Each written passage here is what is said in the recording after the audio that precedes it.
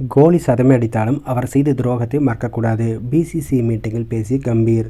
தற்போது இந்தியா மற்றும் தென்னாப்பிரிக்கா இடையில் 3 போட்டிகள் கொண்ட ஒருநாள் தொடர் நடைபெற்று வருகிறது.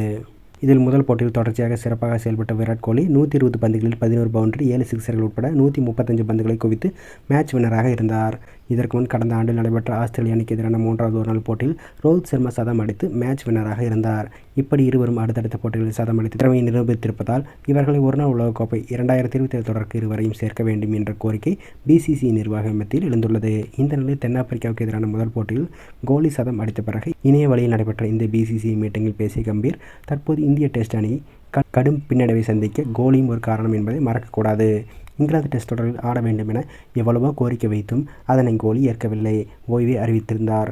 அவர் அணியில் இருந்திருந்தால் டெஸ்ட் அணி பலமிக்கதாக இருந்திருக்கும்.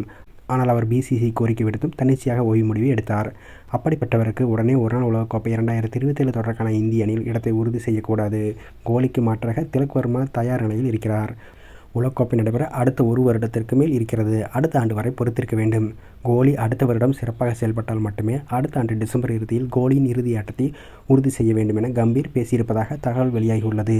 இந்திய டெஸ்ட் அணியிலிருந்து கோலி ஓய்வு அறிவிக்க முக்கிய காரணமே கௌதம் கம்பீர் தான். கடந்த ஆண்டில் ஆஸ்திரேலிய அணிக்கு எதிரான 5 போட்டிகள் கொண்ட டெஸ்ட் தொடர்களில் 1-3 என்ற கணக்கில் தோற்க காரணம் சீனியர்கள் தான் என பிசிசிஐயிடம் கம்பீர் அறிக்கை தாக்கல் செய்த நிலையில் அதனை ஏற்றுக்கொண்ட பிசிசிஐ டெஸ்டில் ஆடும் சீனியர்களுக்கு கடும் விதிமுறைகளை விதிக்க முடிவு செய்தது.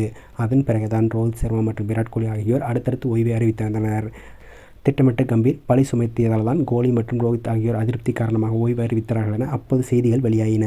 குறிப்பாக கோலியை ஓய்வு பெற வேண்டாம் என பிசிசிஐ கேட்டுக்கொண்ட போதும் கோலி ஓய்வு அறிவித்திருந்தார்.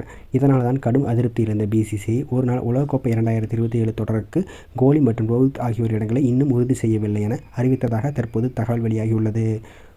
ஒருவேளை ஒருநாள் உலகக்கோப்பைக்கு கோலி, ரோஹித் இருவரையும் தேர்வு செய்யவில்லை என்றால் அது ரசிகர்கள் மத்தியில் கடும் அதிருப்தியை ஏற்படுத்தும். இதனை மனதில் வைத்து பிசிசிஐ முடிவெடுக்கும் என கருதப்படுகிறது.